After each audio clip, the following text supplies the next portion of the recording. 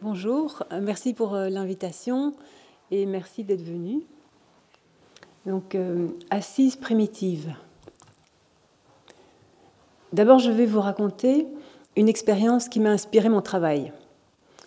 J'étais en Suède, au bord de la mer, dans un site avec des rochers. C'est une côte un peu sauvage et avec une grande baie qui s'ouvrait sur le large. Et là, sur le rocher, il y avait un plongeoir qui était installé. Il y avait juste le plongeoir, c'était très joli. Et c'est vrai qu'en Suède, il y a souvent des plongeoirs dans les étangs, dans les lacs. Et on peut, voilà, parce que les Suédois aiment bien se baigner. Mais il y a toujours quelques installations. Ici, il n'y avait que le plongeoir, il n'y avait rien d'autre. Il n'y avait pas de chemin pour y accéder parce qu'on arrivait par les rochers. Et donc, tout d'un coup, en fait, ce plan d'eau m'est apparu comme une piscine à cause du plongeoir. Mais c'est parce que ce plongeoir était aussi très minimal. Et donc, quand j'étais arrivée, cette côte, je l'imaginais comme un élément de géographie qui se prolonge, c'est la limite entre la terre et la mer. Mais là, donc je voyais cette limite, cette côte qui se prolongeait, qui faisait partie de la géographie. Et avec le plongeoir, j'ai vu plutôt l'espace du plan d'eau comme une piscine. Alors, c'était vraiment très très fort comme impression. Alors, je pense que ça m'est venu parce que ce plongeoir était tellement simple. Il était petit, il était proche des dimensions humaines. Ensuite, il y avait cette texture, enfin, le bois était aussi très confortable, ça donnait envie de s'approcher, d'aller dans l'eau, alors qu'il faisait froid. Et alors, donc, je me suis rendu compte que le plongeoir avait transformé vraiment l'image du site. Donc ça, c'est une chose, c'est parce que par sa signification, mais aussi il avait vraiment capté tout l'espace qui l'entourait. Le petit plongeoir, tout cet espace, c'est comme si tout cet espace lui appartenait.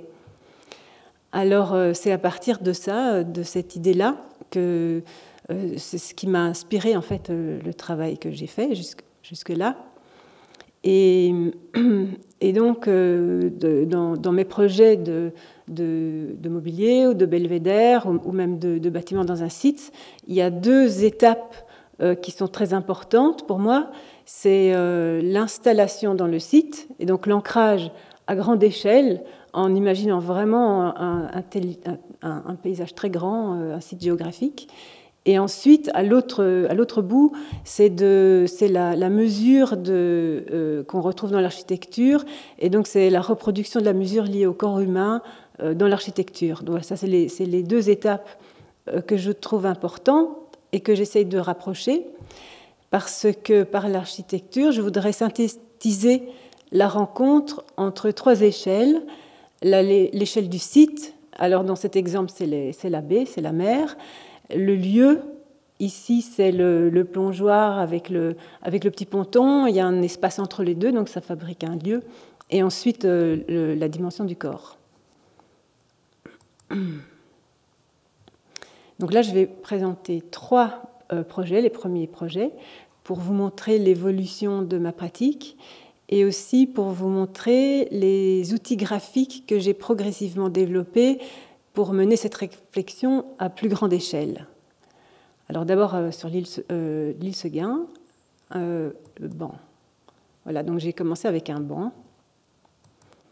C'était pour un projet, le jardin de préfiguration de l'île Seguin, qui a été dessiné par Michel Desvignes.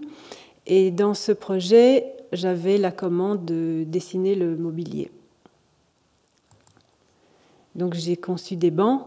Alors j'ai conçu le banc déjà comme un espace en lui-même. Ici, c'est une alcôve. Et alors, là, j'ai imaginé toute une déclinaison de modèles différents pour occuper les différents espaces du jardin, pour faire des lieux différents.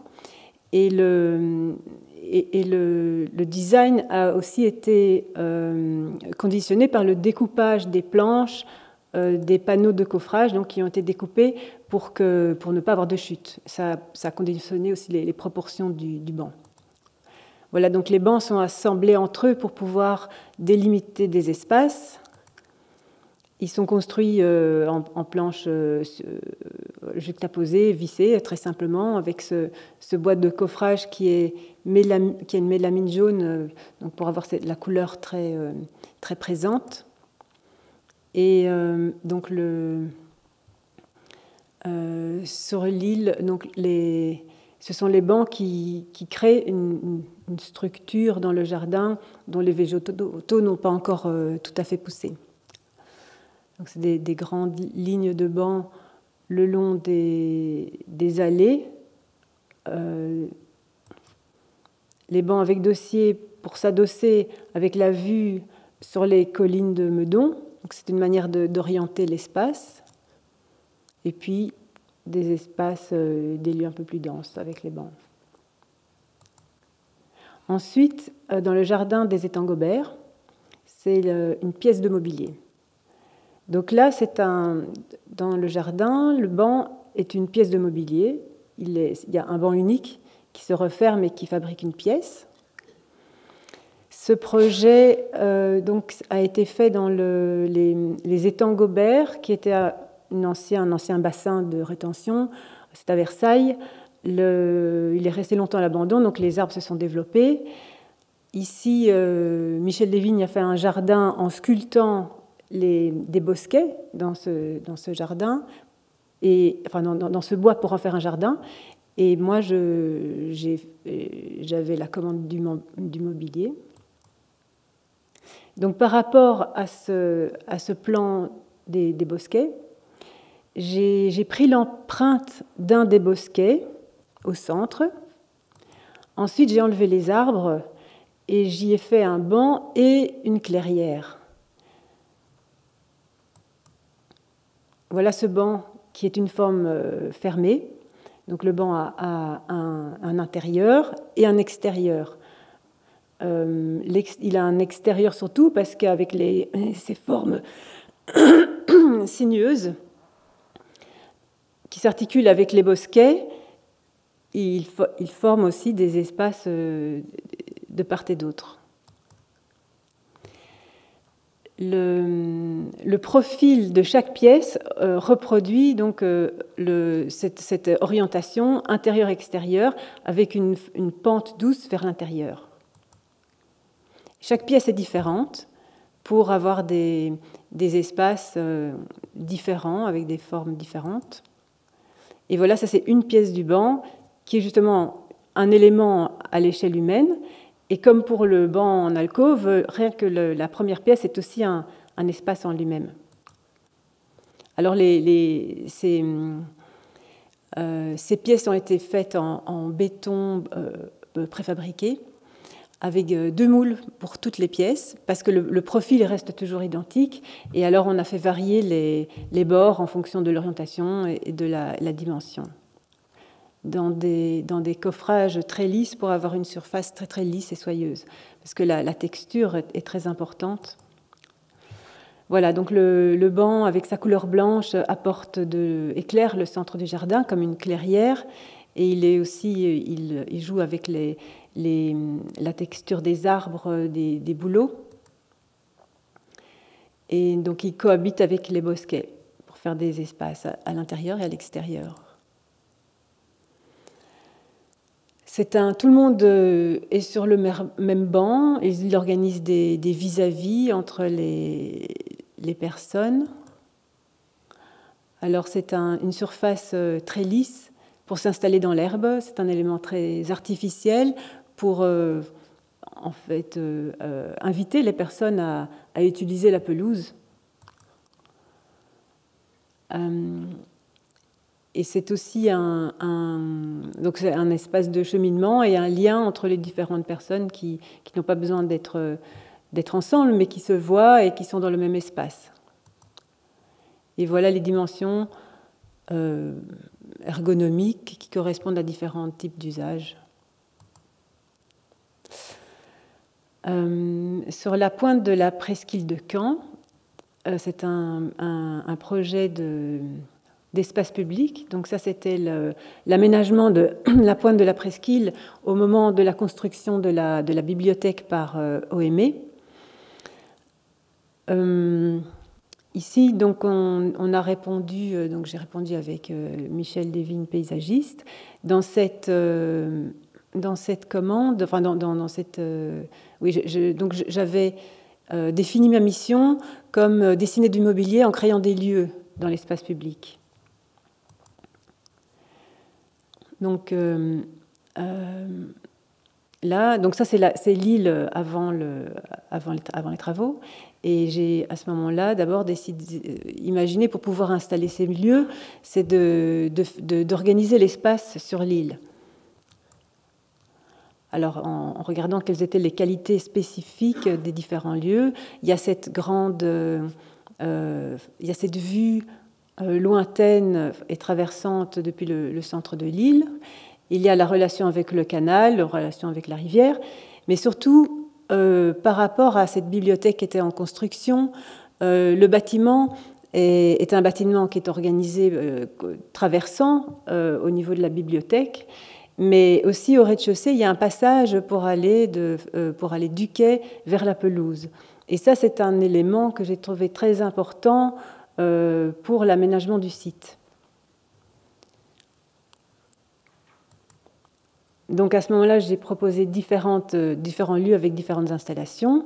Un petit préau pour être en relation avec le canal et un espace de lecture dans la pelouse à l'arrière de la bibliothèque, ce qui crée ces deux orientations et le passage du quai à la pelouse en passant par la bibliothèque.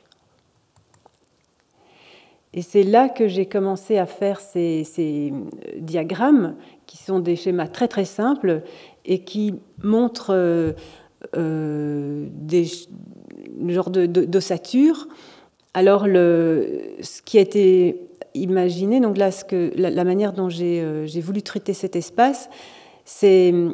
Alors oui, c'est vrai que le maître d'ouvrage, au départ, avait un petit peu peur par rapport à la bibliothèque, qui est un bâtiment très, très monumental, parce que comme il est en croix, il a une large façade par rapport au bâtiment qui était sur le quai. Il y a un problème d'échelle. Et aussi, l'espace public avait été prévu comme si le quai s'élargissait et englobait la bibliothèque. Alors, par rapport à cette crainte, j'ai pensé qu'on pourrait faire un espace qui engloberait la bibliothèque qui serait différent et qui permettrait surtout de délimiter le quai pour que le quai garde sa largeur et qu'il continue à être le quai du canal, puisque c'est le canal qui structure le lieu et c'est une manière d'accrocher l'île à une structure existante dans la ville. À partir du moment où le quai s'élargit, il perd un petit peu son statut de quai et on perd l'espace. Donc là, c'était important de délimiter cet espace. Et aussi, bon, cette pelouse-là existait déjà dans un projet et on a décidé de la garder. Alors, donc le schéma vert, c'était aussi imaginer que ça pouvait être planté, donc ça apportait un volume autour de la bibliothèque pour la mettre en second plan et ça permettait de leur donner aussi un aspect moins monumental. Et alors, donc le même schéma, donc s'imagine en volume, mais qui définit aussi le sol. Là, c'est un sol pour garder l'idée de cette traversée à travers la bibliothèque. C'est imaginé comme une grande esplanade traversante.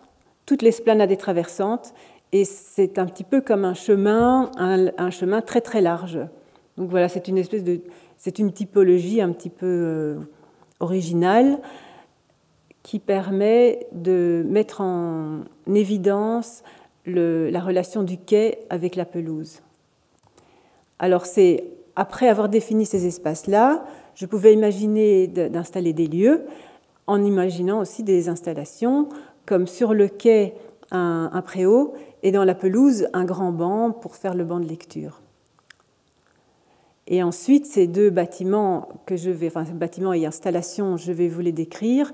Ils sont ensuite développés pour montrer qu'ils appartiennent, l'un appartient au quai et l'autre appartient à la pelouse. Il exprime un petit peu cet espace-là.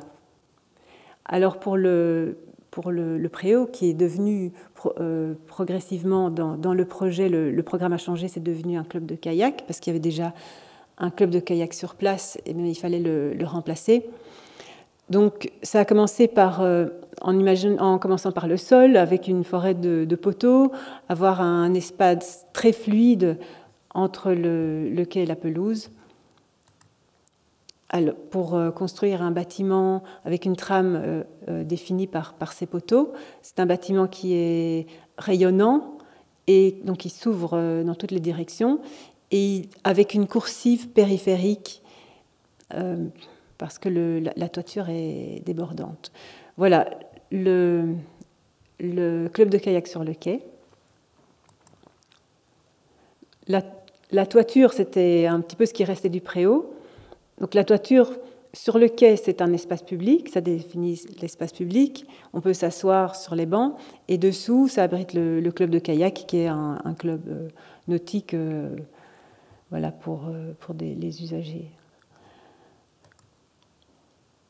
Alors le club de kayak est installé directement sur le quai, son sol est le quai. Et les kayaks sont visibles, font la façade du bâtiment avec leurs couleurs. Le béton du quai se prolonge à l'intérieur du bâtiment, dans les cabines, sans interruption. Voilà la galerie qui s'ouvre vers le canal.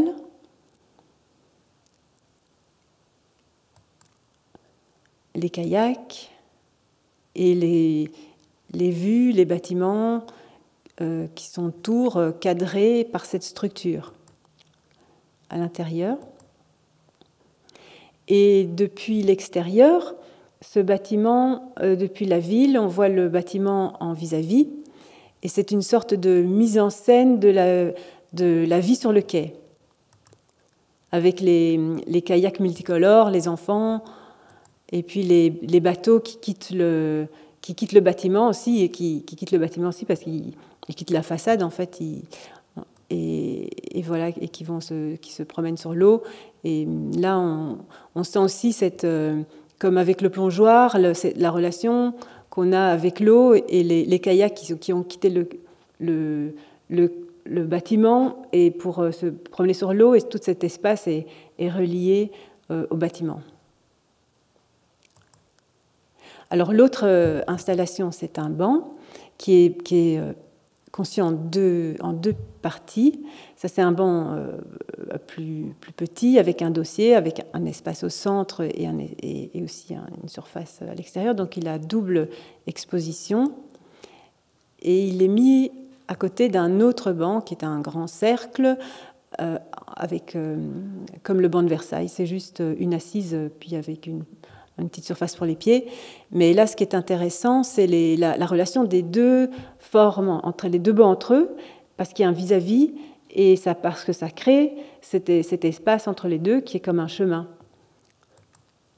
Donc, dans la pelouse, les deux formes ensemble ont une relation, et l'espace qui se trouve entre les deux formes, donc il y a le banc rond qui encercle la pelouse, ça c'est un espace fermé.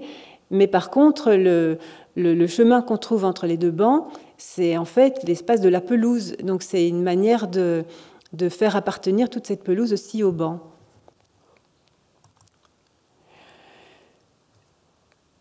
Sur cette pelouse, j'ai choisi de faire une forme très simple, donc un vrai cercle par rapport au bâtiment de la bibliothèque qui est très radical. Donc il fallait trouver une échelle qui corresponde et il fallait une forme pleine. C'est pour ça que c'est un rond. Alors en perspective, ce banc sert aussi de pivot dans le site. Là, on le voit par rapport à la bibliothèque. Ici, de l'autre côté, ce sont les bâtiments, une minoterie, un autre, ça c'est aussi un nouveau bâtiment qui s'est construit.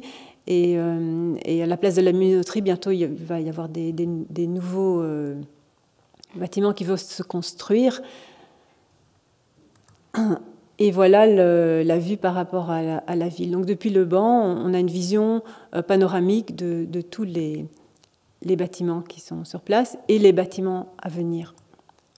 Voilà, on voit la situation du banc avec la bibliothèque, le quai, et tous ces espaces-là qui vont se construire. Et aussi, lorsque ça, il y a donc les bâtiments vont se construire, et donc le banc est un peu le témoin au centre, mais quand il y a des événements sur la pelouse aussi, et il y a eu des chapiteaux qui s'installent, cette forme-là crée un petit peu une structure à partir de laquelle se positionnent les autres, ou bien alors ils l'utilisent comme espace. Alors ça, c'est juste une anecdote. C'est aussi au début un artiste canet qui a fait une installation. Il appelait ça banc de poissons pour le 1er avril, et il a rempli l'intérieur du banc avec plein de petits poissons en plastique de toutes les couleurs. Voilà. Alors maintenant, ça c'est pas enfin, c'est un projet, mais ici je vais vous parler un peu plus précisément du diagramme que j'avais commencé à mettre en place avec le projet de Caen. Et donc le diagramme, qui est un schéma synthétique, qui est une représentation spatiale. Ici, je vous le montre par rapport à un projet. C'est une étude de faisabilité pour un quartier à Versailles qui se trouve entre le jardin du parc et la ville de Saint-Cyr. Mais je ne vais pas parler du projet, je vais parler du dessin. Donc, juste pour dire, ce projet, c'était donc une étude de faisabilité. On était en équipe avec Michel Desvignes et une fabrique de la ville pour essayer de comprendre ce qu'on pouvait construire. Et dans cette équipe, ma mission était d'urbaniste de faire le plan masse de différents scénarios pour les bâtiments qu'on pourrait construire sur ce site. Donc là, voilà ce que j'avais dessiné. Donc là, j'ai installé des bâtiments. C'était important pour moi qu'il y ait une unité dans l'ensemble du quartier. Mais ça, c'était par rapport au site aussi. C'était pour retrouver les mêmes échelles qu'on avait là et ne pas avoir quelque chose de morcelé. Mais alors, j'ai utilisé le même module. Et voilà, le plan a l'air assez répétitif et très simple. Mais tout le travail a été de définir les espaces extérieurs. Et comme je l'expliquais, ce n'est pas... En fait, c'est un espace qui est conçu, qui est imaginé en volume. Il est représenté comme si c'était le sol, mais ce n'est pas seulement le sol. C'est toute une série de... les couleurs ne représentent pas seulement le sol, il correspond à un ensemble de propriétés, comme le statut de cet espace, son usage, sa nature, et qui permet de définir cet espace.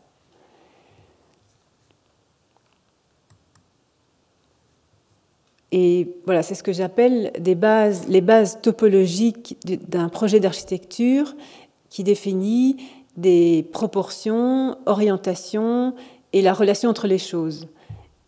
C'est un schéma très très simple qui ne représente pas plus que ça, parce que ça n'est pas un projet Et ça permet de construire comme une ossature invisible qui doit lier le projet d'architecture et le paysage pour les faire évoluer simultanément. Avec un schéma comme ça, on peut faire une quantité de projets différents, que ce soit pour l'architecture et pour le paysage, mais ça installe déjà une manière dont on veut occuper l'espace et dont on se pose sur le sol. Et ça permet d'intégrer au dessin différentes notions aussi. Avec le statut, on peut donc le statut public-privé, collectif-individuel, et ça délimite comment on a envie de vivre ensemble et comment on se partage l'espace extérieur. Parce que parfois, ce n'est pas toujours pensé, et ce qui est important, c'est de le concevoir en même temps avec le volume, mais le volume de l'architecture, mais dans ce qu'il est comme vide aussi, donc par rapport à ces espaces de vie, simultanément. Alors maintenant, je vais parler de l'implantation. Et je vais présenter là trois projets que je vais présenter de bout en bout, depuis l'étude du site jusqu'à la construction. Mais d'abord là, je me suis posée par rapport au projet que j'avais déjà fait et la manière dont je voulais développer l'architecture, je me suis posé quelle attitude prendre dans un site. Et personnellement, ce que j'essaie de faire toujours, c'est de donner de l'unité, de structurer, d'essayer d'absorber le chaos dans une forme qui permet aux personnes de se repérer dans l'espace. Et aussi proposer une expérience spatiale. Alors mon attitude peut se résumer en une série de mots: artifice, présence, couleur, structure, forme et corps. Alors artifice, pour moi, c'est se démarquer des éléments naturels pour les mettre en évidence et s'en rapprocher. Présence, avoir une présence autonome pour affirmer une existence dans le site. Couleur, apporter une couleur complémentaire pour établir un dialogue avec l'environnement. Structure, prendre le rôle d'une ossature d'un espace et d'un lieu. Forme, établir une attitude par rapport aux usages dans le site. Et corps, concentrer l'expression architecturale sur la correspondance avec le corps humain. Donc je pense que par ces différentes actions, le bâtiment participe à son environnement. Les projets que je vais vous présenter ont été faits dans le cadre d'études stratégiques sur le territoire, de plans guides ou d'études urbaines, et ont été ensuite concrétisés par des commandes de maîtrise d'œuvre. Et c'est parce que, c'est tout ce cheminement, c'est le fait d'avoir pu travailler tout à fait en amont sur les études stratégiques qui m'ont permis de réfléchir au site, à pouvoir proposer un programme, décider d'une implantation et ensuite dessiner une architecture qui était en lien, dans le même élan, en fait, dans un seul élan. Alors j'ai pu faire ça parce que, comme on l'a vu sur les autres projets, ma mission était toujours un petit peu secondaire. En fait, il y avait urbaniste, oui, mais c'est pour le mobilier urbain. Et donc, c'était un petit peu... ça a été possible, c'est pas comme si on doit dessiner tout un quartier. Et voilà, mais en fait, j'ai pris ce rôle très au sérieux parce que c'était l'occasion pour moi de pouvoir faire ce lien justement entre le site et l'architecture, qui est toujours difficile à faire parce que les commandes publiques sont en fait séparées en deux, entre l'aménagement et l'architecture. Alors là, je vais vous présenter en détail ces trois projets, dans le bassin minier, le campus de l'Université de Luxembourg et la ville de Havre. Et alors ces projets prennent parfois l'apparence d'objets, de design, mais en fait, ils sont le résultat des choix engagés bien en amont du design. Et c'est ça que je voudrais montrer. Et c'est pour cette raison aussi que donc ça propose une expérience spatiale, et cette expérience spatiale physique a réellement lieu. Parce que maintenant on va avoir des images, on va avoir des photos, je peux expliquer les choses, mais en fait quand on est sur place, on est dans les structures du Luxembourg ou bien sur un belvédère à Lens, on ressent vraiment quelque chose physique que j'avais pas anticipé à ce point. En fait, j'essaye de fabriquer toujours cette architecture pour faire un relais entre les personnes et le site et leur permettre de vraiment se rapprocher du site, du paysage et le sentir. Mais je n'avais pas imaginé que ça fonctionnerait vraiment. Et donc, quand je vais sur les sites et que je vois la réception des travaux, voilà. Donc, cette chose-là, je ne peux pas les montrer avec les photos, mais par contre, j'ai un film très court qui est le teaser d'un film qui est maintenant en projet, que je vais vous montrer pour essayer de comprendre cette sensation.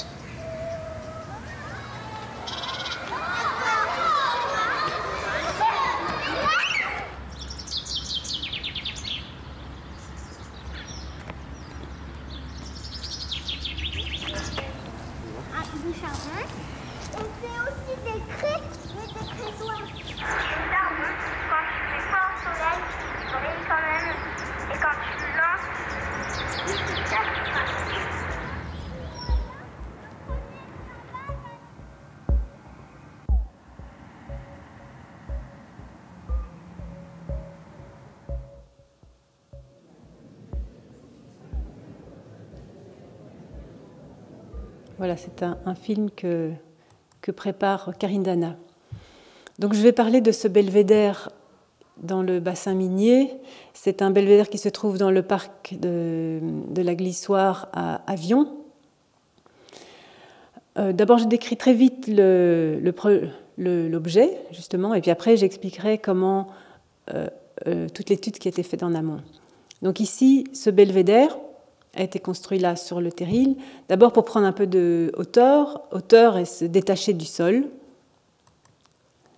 et ensuite faire un cadre pour établir, donc sur la plateforme, au sommet de ce petit talus, l'assise forme un cadre qui établit une distance par rapport au site et qui permet vraiment de se plonger dans la vue.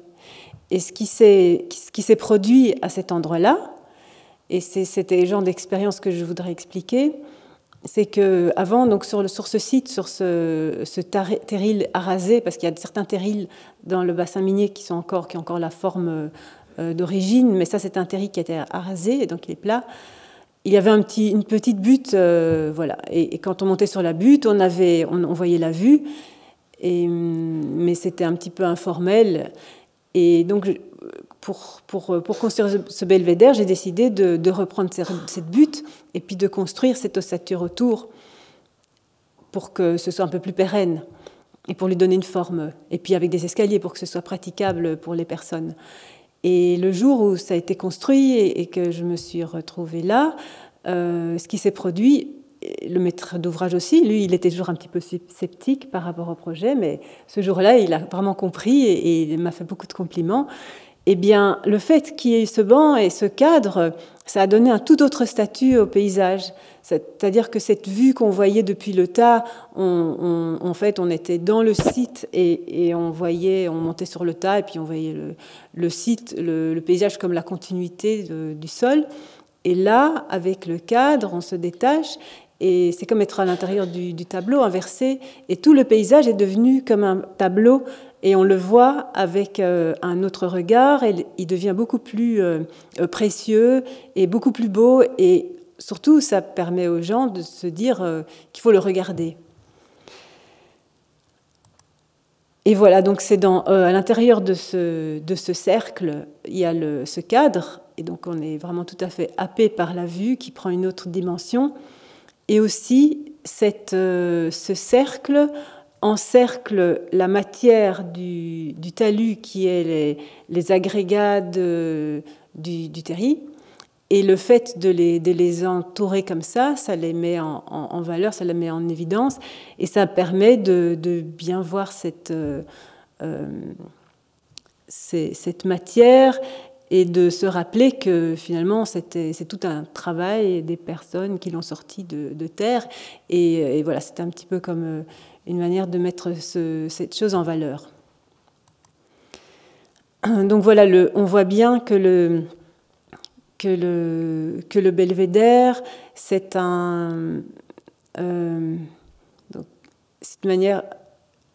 c'est la matière du site qui est mise en évidence comme dans un écrin avec le banc.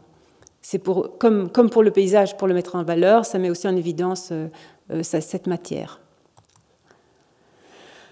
Alors voilà, ça c'est pour partir du site maintenant. Ça c'est donc le bassin minier. Et là, on voit tous les monuments qu'on peut voir depuis le belvédère. Donc de périphérique, donc une vue panoramique. Donc on peut dire aussi que l'espace du belvédère correspond à tout ce territoire ici, avec les monuments qu'on peut voir.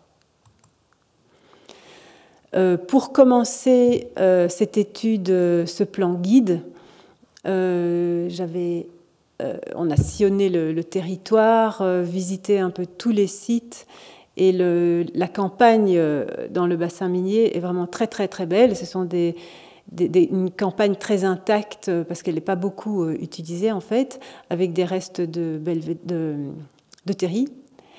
Il y a donc des terris avec des cités minières juste à côté.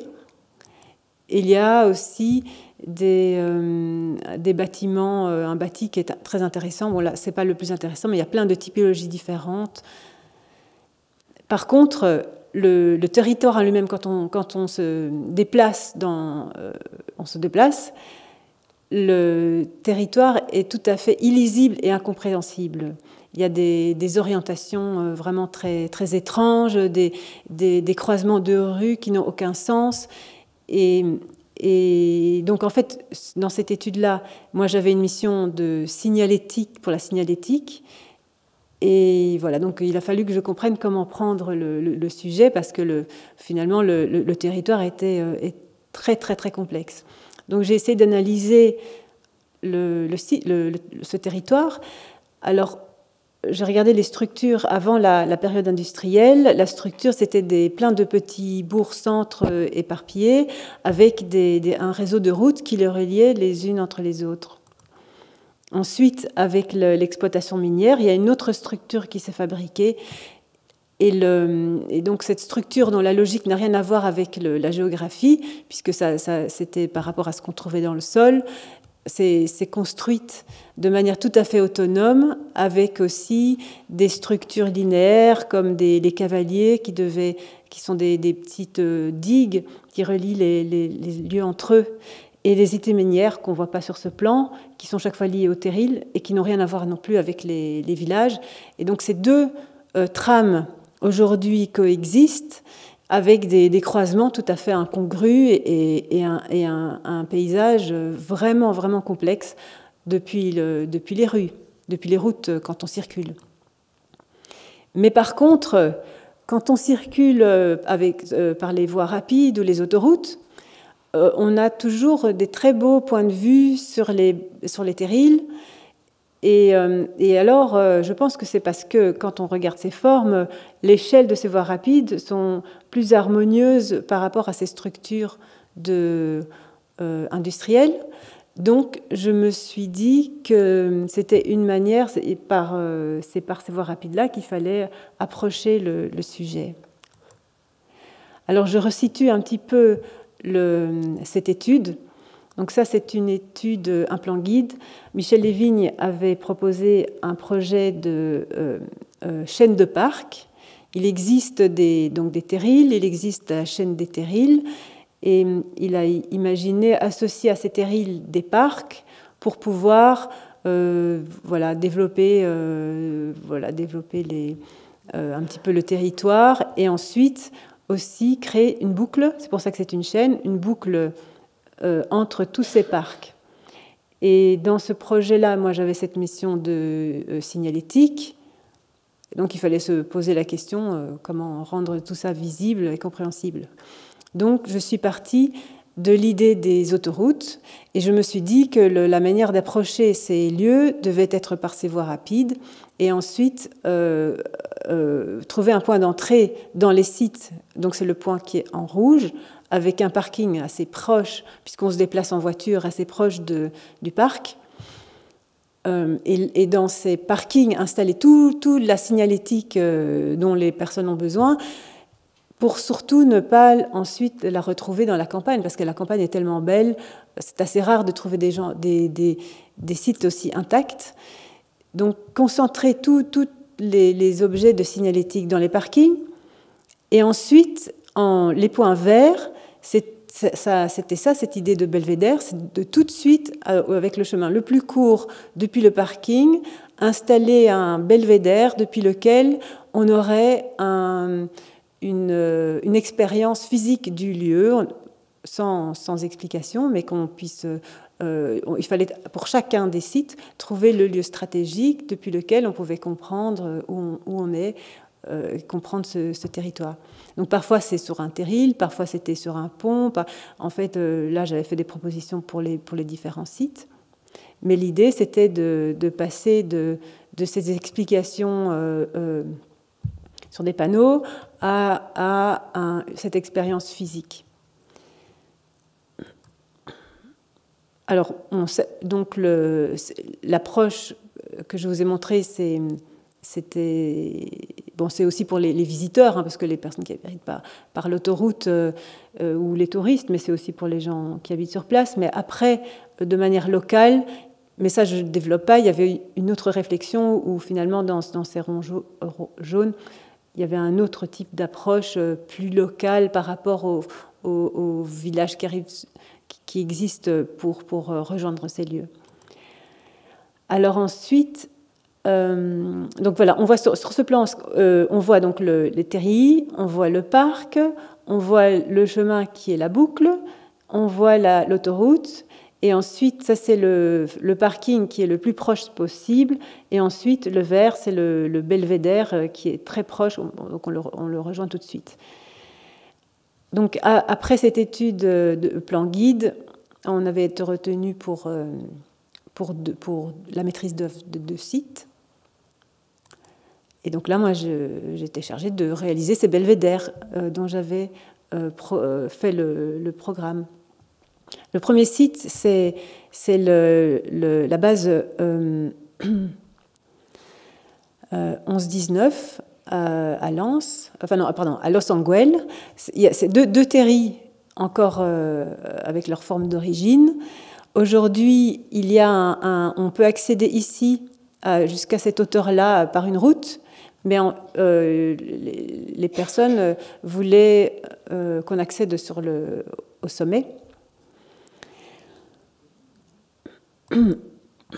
Donc là, j'ai fait... donc le programme pour le site, c'est de faire des mobiliers, des tables d'orientation, et voilà, c'est ça, et des cheminements. Alors, j'ai fait cette forme-là qui part depuis le belvédère existant, la plateforme existante, ensuite avec un escalier qui permet de monter jusqu'au sommet. J'ai voulu faire ce qu'on a vu dans le belvédère d'avion, d'utiliser un matériau qui soit la même couleur que le terril, mais qui soit contrasté, donc le béton lisse, d'encercler, de faire ce banc au sommet du terril pour l'encercler, et de faire un escalier qui soit très étroit pour qu'on puisse l'emprunter que de manière individuelle et monter de manière solitaire jusqu'au sommet. Voilà le belvédère. C'est un belvédère, mais surtout c'est un cheminement continu depuis là jusqu'au sommet. Donc la banquette, le banc est en même temps le mur de soutènement, il se transforme en escalier. l'escalier monte jusqu'en haut et on a le sommet. Donc ce belvédère-là n'a pas été construit, donc l'impact est très très très minimal sur le site, on voit pratiquement rien. Mais le projet ne s'est pas fait parce que le terril a été classé et en fait finalement le public ne peut pas y accéder. En fait, ils viennent quand même, mais on ne peut pas mettre d'installation. Donc c'est l'autre commande qui s'est réalisée, c'est pour le parc de la Glissoire à Avion, ici le parc. Donc là c'était le Terri, là c'est un parc aménagé qui a beaucoup de succès, les gens viennent, il y a des lacs et des plages.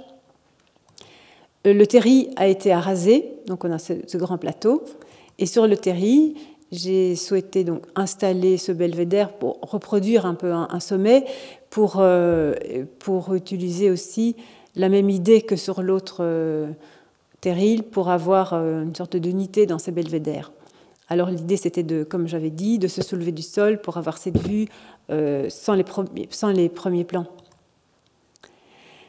Voilà la forme, c'est comme ça que cette forme est venue. Elle était un petit peu, on dirait comme un peu une pyramide aztèque, mais c'était pas ça l'idée. L'idée c'était d'avoir l'assise à la base, au-dessus le banc, et ensuite ici il y a 3 escaliers qui correspondent aux 3 chemins qui mènent au plateau.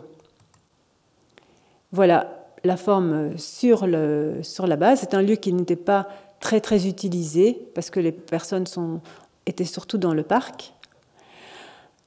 Voilà l'installation, aussi avec des pièces de béton préfabriquées. Et ici, c'est une table d'orientation. Donc là, il y a des médaillons qui sont installés avec des pictogrammes de tous les monuments. Ça permet de voir de manière visuelle très simple de trouver les monuments. Voilà toutes les pièces en béton et les pièces qui sont assemblées un petit peu comme un puzzle juxtaposées les unes sur les autres.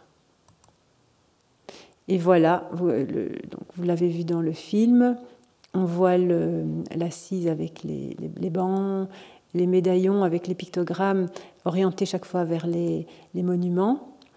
Et voilà, donc les personnes qui regardent, l'escalier qui s'articule avec le banc. Ici, on voit bien la manière dont la matière est mise en valeur. Voilà, alors ce grand cercle, est vécu un petit peu comme un espace public. Les gens passent quand ils font leur jogging, ils montent les escaliers, redescendent, ou bien ils restent un petit peu, ils regardent. Et il y a Mais c'est un endroit qui est très très fréquenté. Là, on voit la manière dont cette forme qui était un peu incongrue sur le sommet, mais qui apparaît comme ça, en perspective, comme prolonger le terril. C'est une invitation pour monter. Le banc. Il y a aussi ce jeu de vis-à-vis avec le banc d'en haut, le banc d'en bas.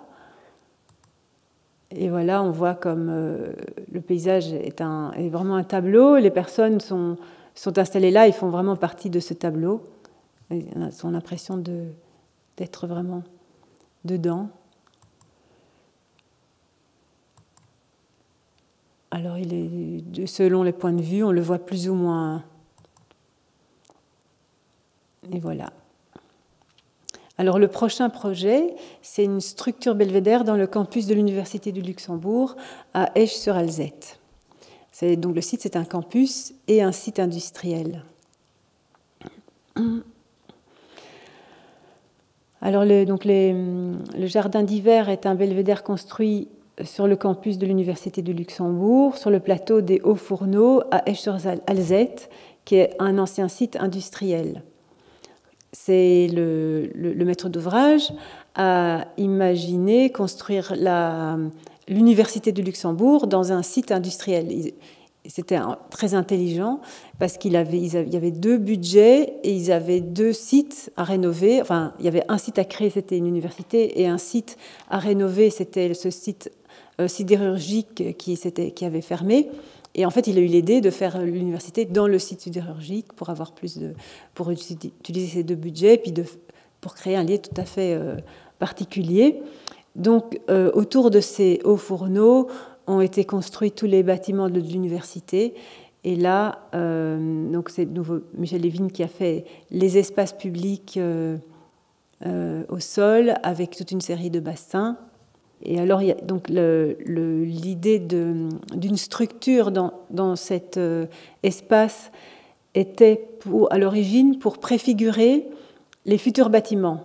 Parce que l'université ne s'est pas construite en une fois. Ils attendaient encore des bâtiments de logement, des logements pour étudiants, et qui ne se construisaient pas tout de suite. Et d'abord, pour être sûr de pouvoir construire ces bâtiments, ils ont imaginé donc préfigurer ces volumes, mais c'était aussi pour utiliser le site en attendant pour refermer les vides. Donc à ce moment-là,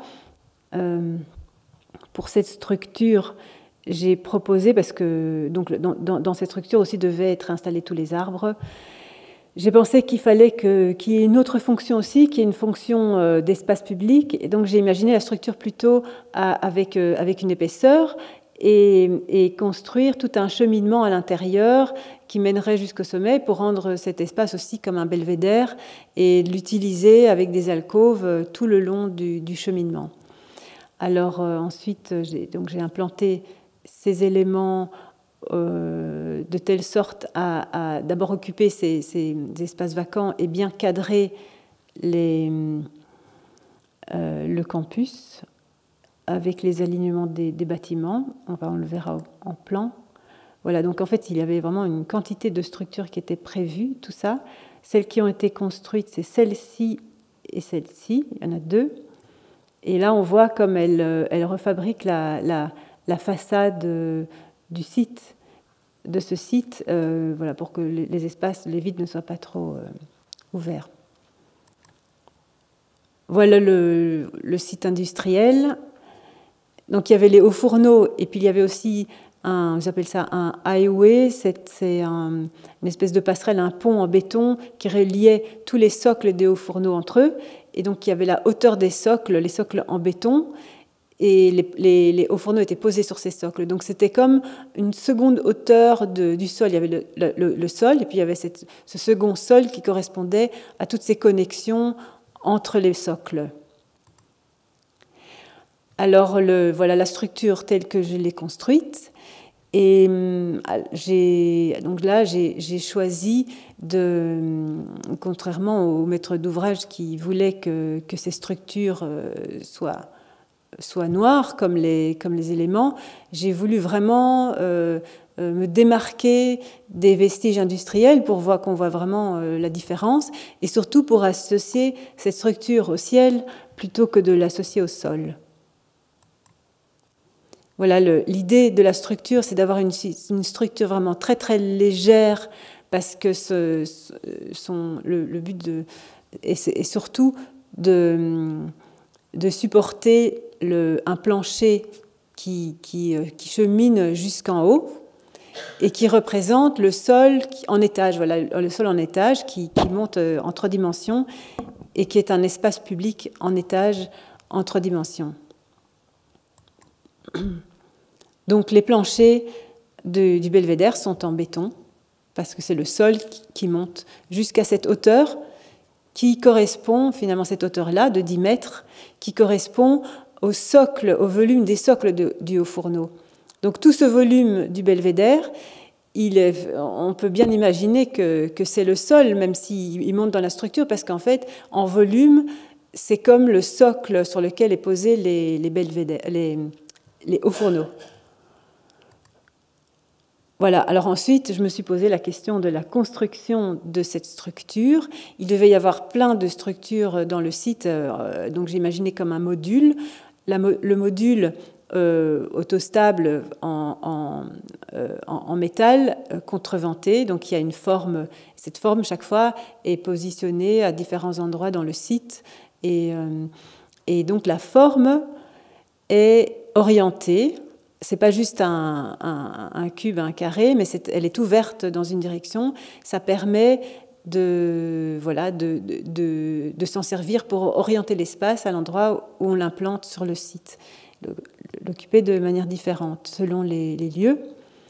Et la structure est dimensionnée aussi pour accueillir différents usages. Celui qu'on a construit, contient un jardin, mais la structure a été imaginée aussi, comme il y en avait vraiment beaucoup sur le site, avec différentes fonctions et pouvait aussi avoir un espace libre pour accueillir des terrains de sport ou des activités, du cinéma en plein air, voilà, ça a conditionné aussi le dimensionnement de la structure. Voilà un module de la structure qui est construit donc avec poteaux-poutres et des nœuds d'assemblage, parce que c'est une structure qui est tout à fait d'abord préfabriquée, elle est vissée et démontable. Et donc ce module, c'est de nouveau la question de l'échelle. Ici, c'est un peu plus grand parce que c'est presque un bâtiment. Et ce volume-là, c'est le volume qui correspond comme à une chambre. Parce que c'est 3,50 m par 3,50 m par 2,50 m. Donc c'est un espace qui est familier pour nous, même quand on est à l'extérieur, on est dans cet espace-là, on se sent de manière... on se sent très rassuré parce que c'est un espace qu'on connaît. Alors voilà, donc le module, c'est la structure, et ensuite il y a des éléments constructifs qui vont permettre de la rendre praticable. Des planchers en béton, des garde-corps, des panneaux en maille inox, donc très transparents. Ensuite il y a des panneaux en résine pour faire les alcôves. Et la structure va être habillée avec ces éléments-là pour créer des espaces qui sont toujours, en fait, pour organiser la relation entre l'intérieur et l'extérieur. On est toujours dehors, mais on considère quand même que quand on est dans la structure, c'est comme si on était à l'intérieur. Et selon les orientations qu'on veut favoriser, on utilise le garde-corps ou la maille. Et le découpage est toujours très... régulier entre les éléments, et ce découpage-là, il correspond justement à la dimension du corps. Voilà, en plan, au rez-de-chaussée, donc le plancher en béton commence déjà au rez-de-chaussée. Ensuite, il y a un premier palier avec une passerelle, et puis on passe 2 étages, et la deuxième passerelle se trouve tout en haut. Voilà la structure qui mesure 12 mètres. Voilà, là, sa façade, on voit que justement ce jeu des éléments de remplissage en résine ou bien en maille, garde-corps, crée une profondeur dans cet espace et une complexité par rapport à ce qui se trouve derrière et l'espace. Voilà donc une alcôve dans la structure. Ça, c'est le premier palier, c'est comme une galerie avec une vue sur les arbres, donc c'est une galerie sur le jardin. Et donc, dans ce belvédère, j'ai choisi de mettre les garde-corps vers l'espace intérieur pour reproduire comme l'idée d'une coursive dans un bâtiment, et aussi pour marquer le fait que le centre est un intérieur. C'est comme pour le banc de Versailles. Alors avec la passerelle tout en haut, ça donne des dimensions assez monumentales qui correspondent à l'atmosphère du site. Voilà la manière dont le bâtiment s'ancre sur le sol, avec tout de suite le plancher en béton, donc au niveau de l'espace public. Mais là, on est déjà dans l'espace du belvédère, et les bancs qui sont en résine aussi, avec cette couleur rose, et qui sont très, très, très doux et lisses et très accueillants pour s'installer. Dans les étages ici, avec on a des espaces comme en mezzanine, c'est des dimensions déjà en relation avec l'architecture. Et quand on est tout en haut, on voit le ciel, et puis là, on a la vue sur toutes les installations industrielle.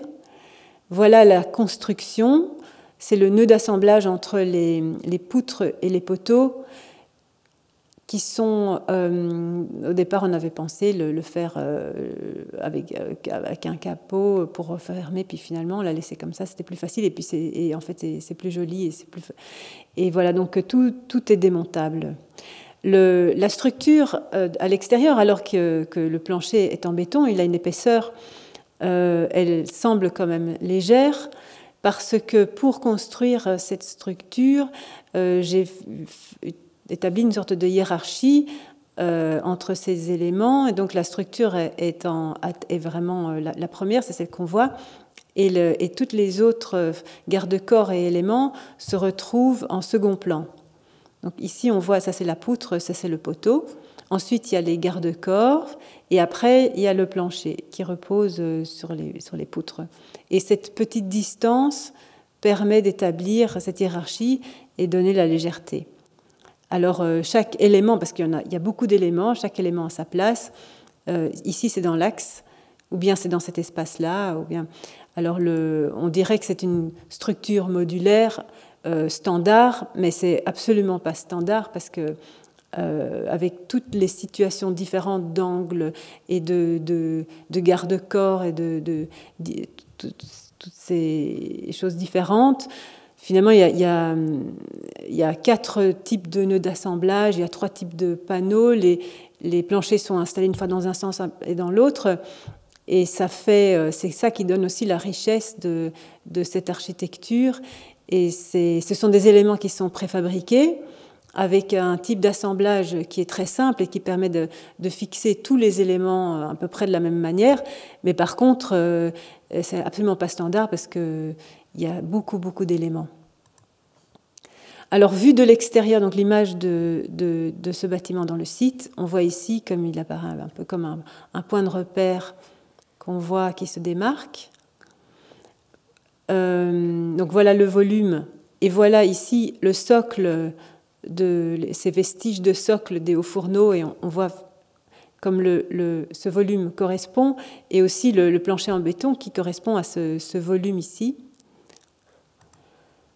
Voilà, donc on voit le belvédère avec le socle en premier plan, et ça c'est tous ces éléments qui dialoguent entre eux, entre le belvédère et les vestiges des installations, ensuite aussi les nouveaux bâtiments.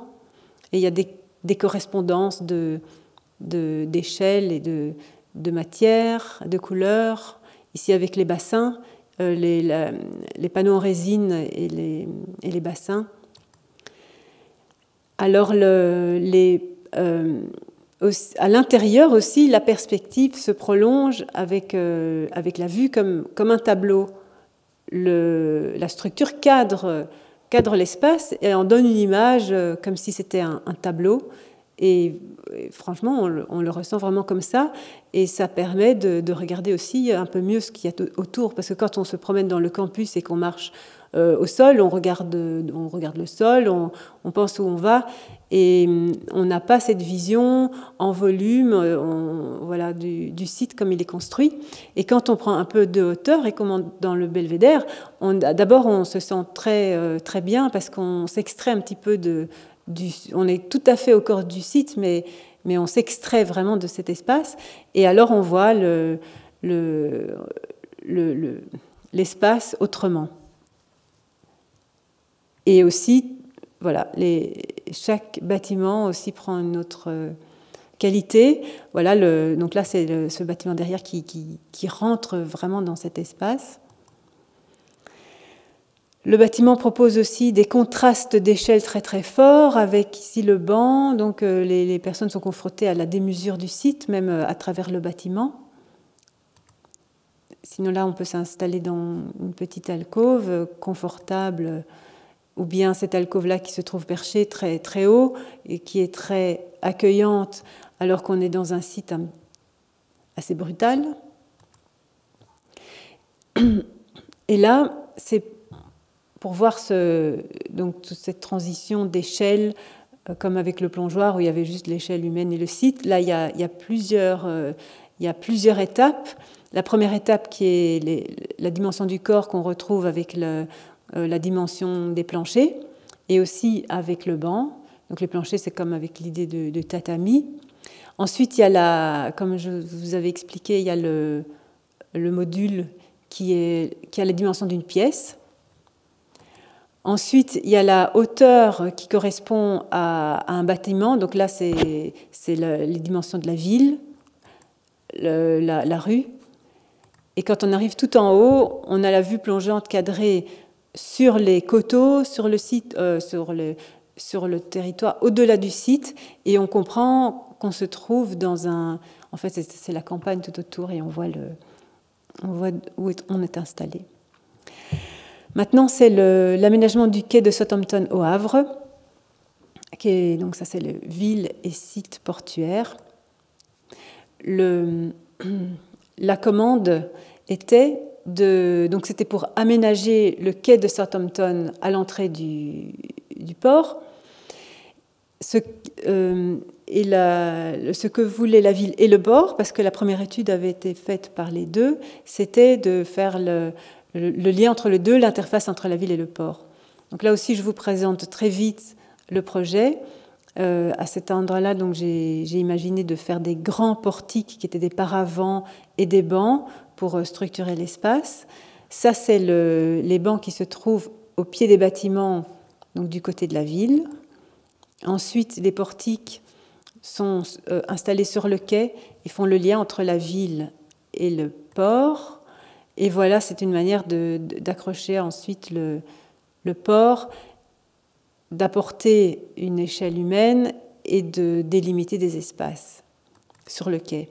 C'est aussi une manière de pouvoir installer des activités sur le quai comme une plaine de jeu.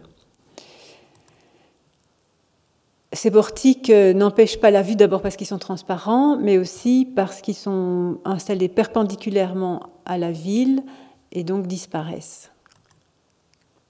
On retrouve aussi, avec le rythme des portiques, la mesure de l'architecture de Perret. Voilà, donc ça c'est le site du quai de Southampton, au Havre. L'entrée du port est là, le port, et ensuite l'enchaînement des bassins jusque dans la ville et avec le volcan.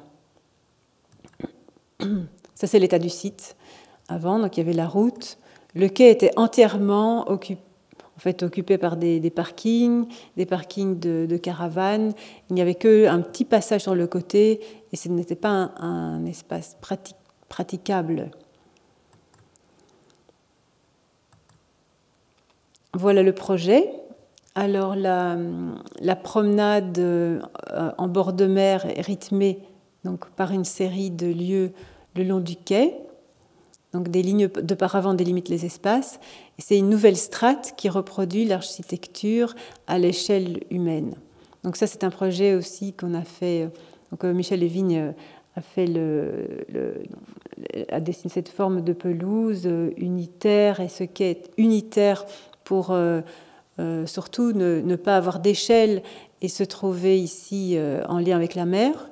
Et avec le mobilier, moi j'ai installé des lieux.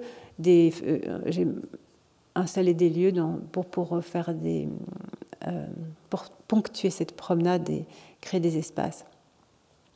Les paravents sont installés de part et d'autre de la voie, perpendiculaires à la mer, en l'orientation principale de la ville. Donc vers la ville et sur le quai. Alors la réflexion pour l'appropriation des espaces commence à grande échelle, avec l'image des séquences spatiales, la rue de Paris, son ouverture vers la mer et le quai. Donc cette séquence d'espace, ces trois espaces que j'ai montrés, j'en ai été inspirée par ce dessin schématique qui représente le plan de Perret, enfin un certain stade, mais c'est surtout cette façade ici qui est mise en évidence et qui montre tout le développement de la façade par rapport à l'eau. Donc, c'est un espace qui existe par cette continuité de façade qui pourrait aussi être utilisé au niveau du sol, enfin dans la manière dont on utilise cet espace. Ça n'a pas besoin d'être unitaire ou continu, mais c'est un système de relations, c'est comprendre la relation de ce lieu-là avec ce lieu-là par la continuité d'un socle, mais qui existe surtout grâce à l'architecture. Et donc on voit la manière dont la rue de Paris finalement, fait le lien entre les deux aussi. Et donc, c'est un espace qui est très intéressant.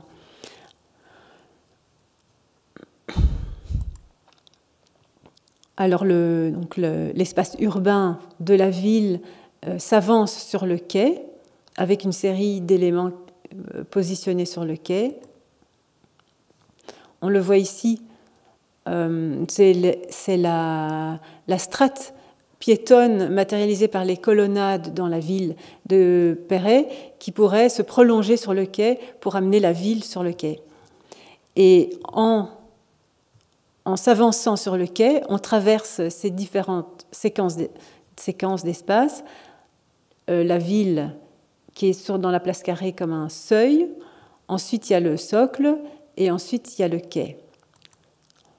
Et sur ce socle est installé les paravents qui prolongent les colonnades qu'on retrouve dans la ville.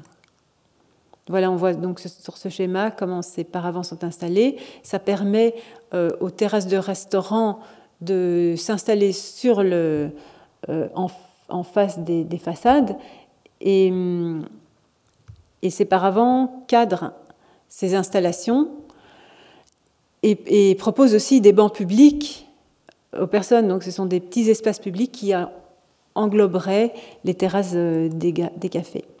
Voilà, donc les portiques au pied des bâtiments. Ce sont des paravents en verre avec des bancs de chaque côté. Ils forment une succession de salles en suivant la trame d'architecture d'Auguste Perret. Les banquettes filantes permettent de s'installer tout le long de la place. C'est un élément structurant dans l'espace, capable d'absorber la présence des objets isolés et de les cadrer. La séquence se prolonge sur la pelouse avec d'autres dimensions dans un espace ouvert. Les portiques sont ici refermés avec de la maille inox. L'installation reproduit un espace à l'échelle humaine dans le port. Elle sert de relais entre les personnes et le lieu démesuré. Elle permet d'accrocher la vie sur le quai.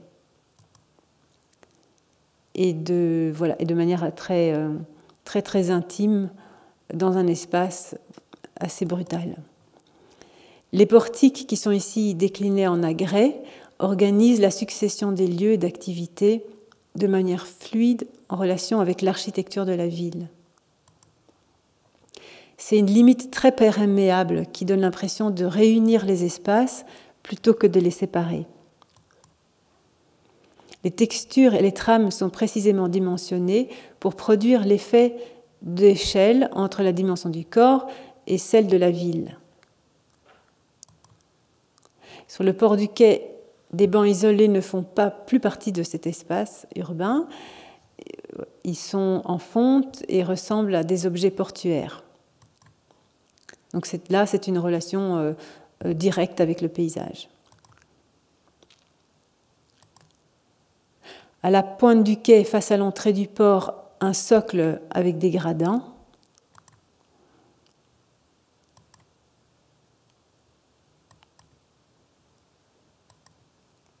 Le socle est un promontoire à gradins inversés pour regarder la vue. Le détail des joints d'assemblage des pièces produit l'effet d'échelle de l'architecture. Et voilà, donc le banc regarde l'entrée du port. Voilà, donc ça, c'est ces projets qui ont été réalisés. Et maintenant, pour terminer, je vais présenter un autre projet sur lequel je travaille pour l'instant, qui est une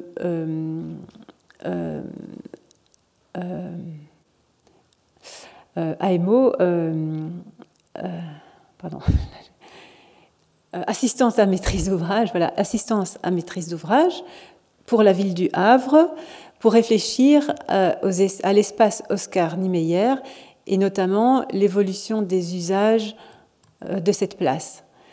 Je ne vais pas parler vraiment du projet ni des préconisations architecturales que j'ai faites pour cet espace parce que l'étude n'est pas terminée et pour des raisons de confidentialité, je ne vais pas en parler. Mais par contre, ce que je vais expliquer, je vais faire l'analyse que j'ai faite de ce bâtiment dans la ville et pour comprendre les potentialités de cette place basse pour la ville, pour les usages. Alors voilà, on voit le volcan ici qui est installé à l'emplacement qui avait été réservé sur le plan d'Auguste Perret quand la ville s'est reconstruite. Donc avant le bombardement, il y avait déjà un théâtre. Après, quand on a reconstruit la ville, cet espace est resté vide pendant très très longtemps. C'était une plaine. Parfois, il y avait des chapiteaux. Et ensuite, le bâtiment d'Oscar Niemeyer a été construit dans les années 80. Il a fabriqué ce bâtiment qui est le théâtre, donc c'est Scène nationale.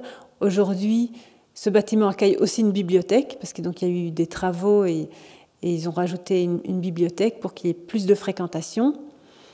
Alors, on peut voir ce bâtiment, souvent on le voit sur des cartes postales comme un volume, comme un bâtiment.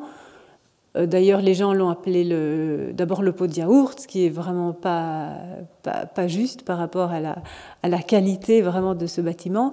Et ensuite, le volcan, ça c'est vrai que ça ressemble bien à un volcan. Mais en fait, moi je le vois plutôt comme une vallée. Parce qu'il y a deux volcans, il y a le grand bâtiment, puis il y en a un petit, et la place basse est entre les deux. Et cette place entre ces deux résurgences du sol ressemble à une vallée qui serpente comme ça dans la ville et qui est en réalité comme un paysage. Donc avec ce bâtiment qui n'est pas vraiment un bâtiment, le volcan c'est plutôt une place, ou bien c'est le sol qui sort du sol, enfin qui se soulève, qui fait une résurgence et qui fait ces deux volcans. Donc c'est plutôt un bâtiment sol.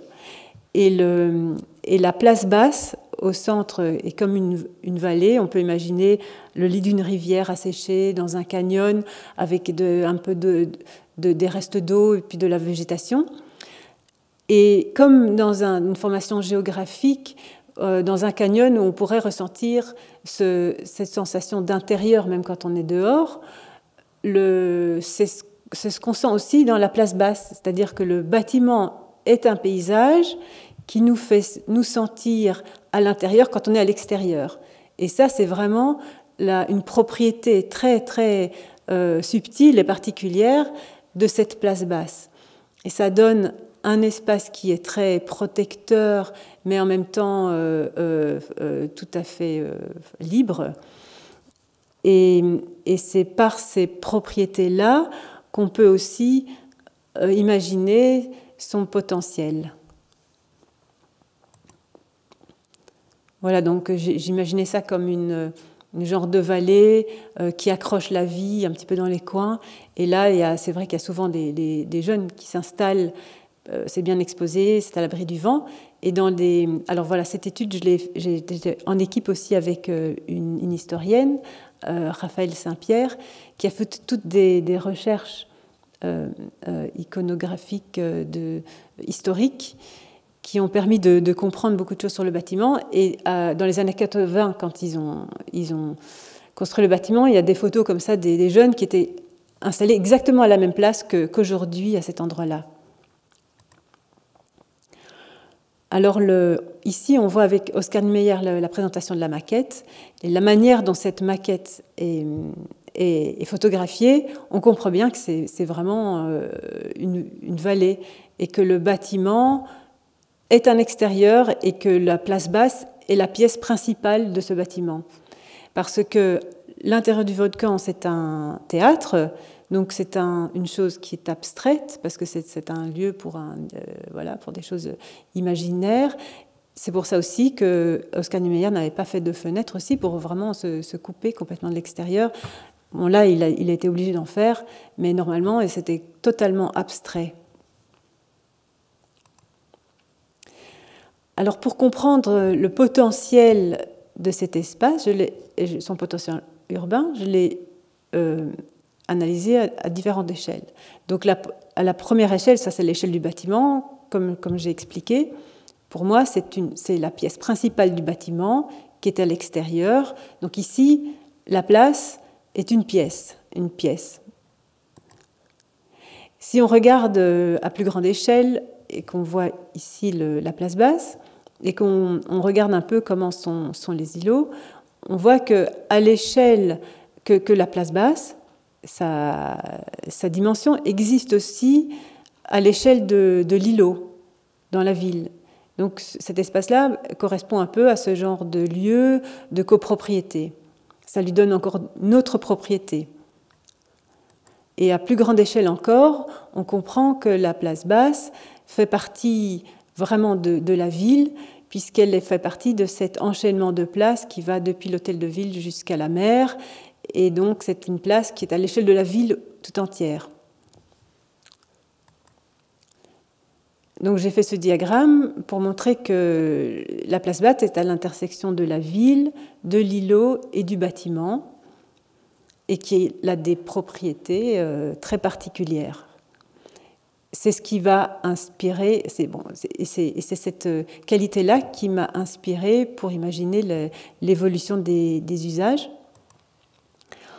Ensuite, je ne vais pas vous montrer les dessins, les préconisations et les espaces, mais c'est juste, je vais parler sur ces petits schémas de manière un petit peu abstraite. Et là, l'idée, c'est que l'aménagement de ce lieu peut se faire en tenant compte de ces trois propriétés. Donc, c'est-à-dire que quand on pense que l'espace est une pièce, on l'aménage avec des objets qui sont relatifs à une pièce, c'est-à-dire peut-être une table, quelque chose de très, très accueillant et de confortable, comme pour être dans un salon en plein air. Ensuite, quand on imagine que cet espace est à l'échelle de l'îlot, on l'imagine comme un square, par exemple. Et alors, il peut être aménagé comme un square. Mais tout ça marche de manière simultanée. Comme un square, il peut y avoir certaines installations qui correspondent à l'usage d'un quartier, et même aussi la maintenance et la manière de s'en occuper, avec peut-être un gardien de square. À cette échelle-là aussi, à l'échelle du quartier, on peut imaginer des installations qui permettent aux personnes du quartier de l'utiliser comme un lieu qui leur appartient pour faire des activités, parce que le sujet de cette commande, c'était comment se partager l'espace entre le public et le privé, un restaurant et les personnes. Et est-ce que ça doit devenir un peu privé? Est-ce qu'on peut se l'approprier? Donc, avec cette réflexion, j'essaie de comprendre comment on partage l'espace entre le public et les privés dans la ville. Donc les équipements de la place à l'échelle du square permet aux personnes du quartier d'utiliser la place pour faire des événements spontanés. Et ensuite, à l'échelle de la ville, là, on peut organiser des événements très importants comme je sais pas, la fête du livre, où il y a plein de fêtes qui sont organisées dans la ville et qui peuvent prendre leur place à ce moment-là. Et donc, pour organiser ces différents usages, on a besoin d'un pilotage du site. Déjà, la question se pose pour l'entretien du bâtiment, parce que comme le bâtiment est un bâtiment sol, il y a déjà des problèmes au niveau de la ville pour l'entretien, parce que les personnes qui s'occupent du sol, en fait, c'est le toit du bâtiment. Voilà, il y a des problèmes par rapport à ça. Donc, la demande aussi était de savoir comment. Et donc, la réponse était aussi de proposer une sorte de pilotage du site, qui est généré par la particularité de cette place. Et ensuite, justement, pour l'utilisation du site, cette structure qui serait mise en place de pilotage adaptée à cet espace pourrait se compléter avec d'autres genres d'institutions ou de personnes qui voudraient organiser l'usage de cet espace-là. Et donc, là où je veux arriver, parce que c'est assez abstrait, c'est pour dire que finalement, c'est la forme, c'est la qualité architecturale du lieu qui oblige en fait à certaines structures de se mettre en place. Parce qu'on sait que dans les villes, tout est très très cloisonné, chacun reste dans son sujet. Et là, la place basse oblige les personnes à s'organiser différemment et donc à peut-être organiser une forme de gouvernance par rapport à ce lieu. Et voilà. Et alors ici, on voit ici dans le quartier la place basse qui prendrait le statut presque d'un common, comme on voit en Angleterre, aux États-Unis, et qui est un lieu qu'on partage dans un quartier de manière assez informelle. Et voilà. Donc en fait là, à partir de ce bâtiment qui est un chef-d'œuvre, et par son génie, Oscar Niemeyer a produit un lieu très très ambigu et particulier qui oblige les personnes à s'organiser de manière adaptée. Et là, je pense que ce qui est intéressant, c'est justement l'influence de l'architecture pour changer un peu les usages. Et dans un moment aujourd'hui où il y a beaucoup de changements, la transition énergétique et sociale et tous les changements où on voit qu'on a besoin, il y a de plus en plus de personnes qui participent à fabriquer la ville, à fabriquer le territoire dans des domaines différents, des spécialistes. Et tout le monde en a besoin, mais pour ça, il ne faut pas oublier l'architecture aussi, et il ne faut pas oublier que les bâtiments aussi peuvent être, par l'invention spatiale, peuvent résoudre beaucoup de problèmes en faisant la synthèse en fait de toutes les contraintes, et que parfois le fait de fabriquer un lieu permet de résoudre des problèmes qu'on ne pourrait pas faire en faisant des analyses qui restent toujours très abstraites, alors que là, avec l'action concrète qu'on oublie quand même beaucoup aujourd'hui, et notamment l'usage du sol et la manière dont les bâtiments s'ancrent au sol, eh bien c'est une chose qu'il faut peut-être développer. Voilà. C'est fini.